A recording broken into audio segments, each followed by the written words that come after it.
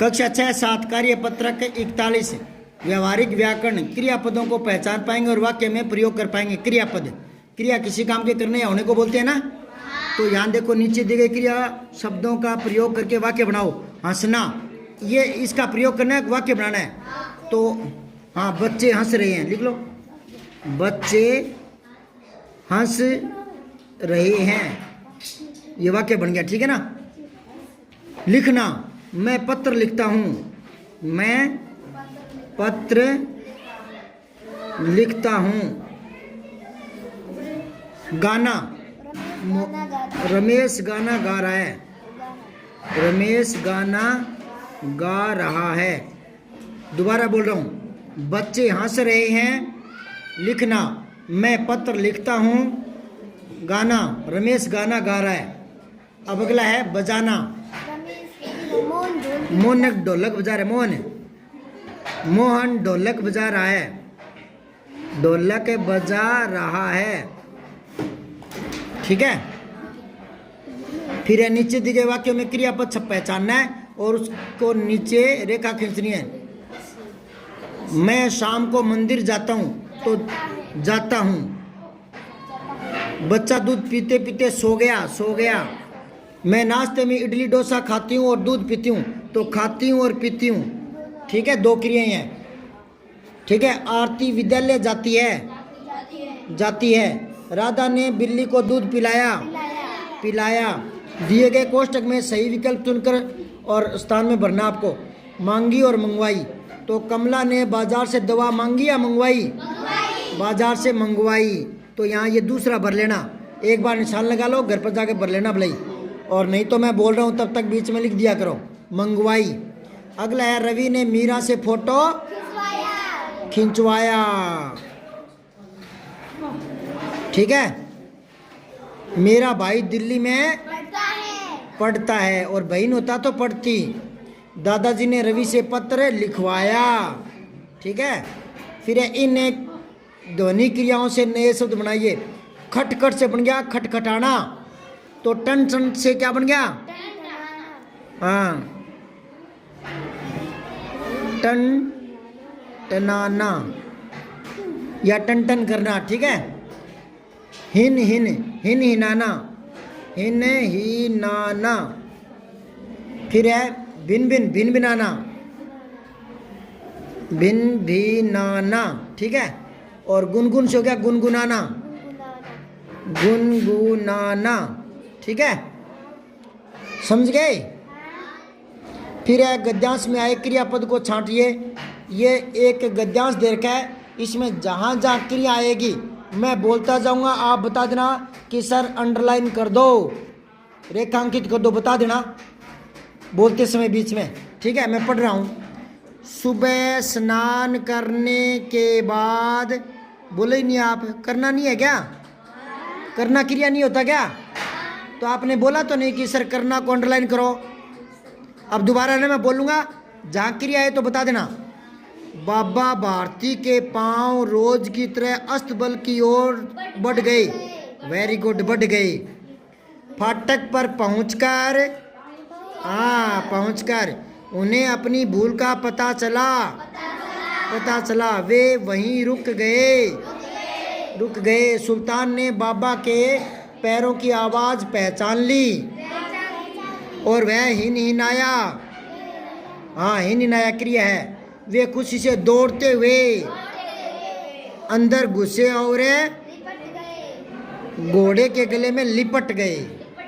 ये लिख लेना क्रिया नीचे, ठीक है। अब आ गया 42वां।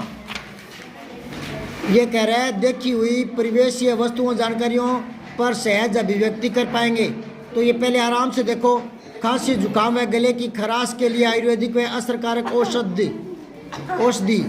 औषध होता है, ठीक है। तुलसी, अदरक, कफ सिरप, और यह शहद और यह मुलेठी, ये सारी कहाँ काम आती है? गले के लिए, कंठ के लिए।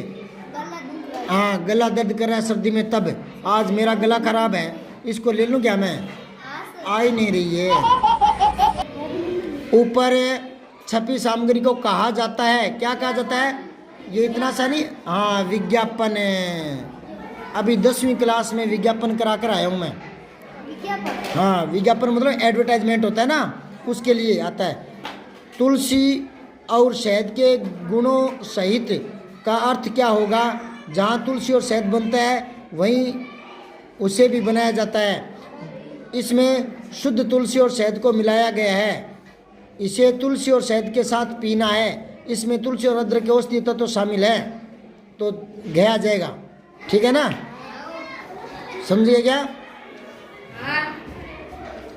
अब यह विज्ञापन किसका है बताओ? किसका विज्ञापन है ये? अरे ऐसा ये इतना बड़ा नहीं बोलना। हाँ, विज्ञापन किसका है? दवा का, आयुर्वेदिक दवा का, आयुर्वेदिक दवा का विज्ञापन है ये। ठीक है। अब इस विज्ञापन में दी गई दवाइयों में कौन कौन सी औषधि का मिश्रण है बताओ? तुलसी का, अदरक का, शहद का और मुलेठी का। लिख लोगा चारों नाम, ये चारों नाम लिख लेना। ठीक है। इसके बाद में है यह औषधि किस किस रोग के लिए है, ये ऊपर लिखा है। खांसी, जुकाम, गला खराश। ठीक है ना। फिर है आपके घर पर खांसी जुकाम के लिए क्या क्या घरेलू दवाइयाँ लेते हो? आपको मम्मी को भी खांसी हो तो क्या देती है? कौन सी? यही लिखना है। तुलसी, हाँ तुलसी देती है, शहद। ठीक है ना, यही सब कुछ लिखना है। ठीक है, तो ये हो गया पूरा कार्यपत्र 43। और देख लो, गद्यांश पद्यांश को पढ़कर समझ के साथ उत्तर दे पाएंगे। ध्यान से पढ़ना मेरे साथ साथ मन मन में।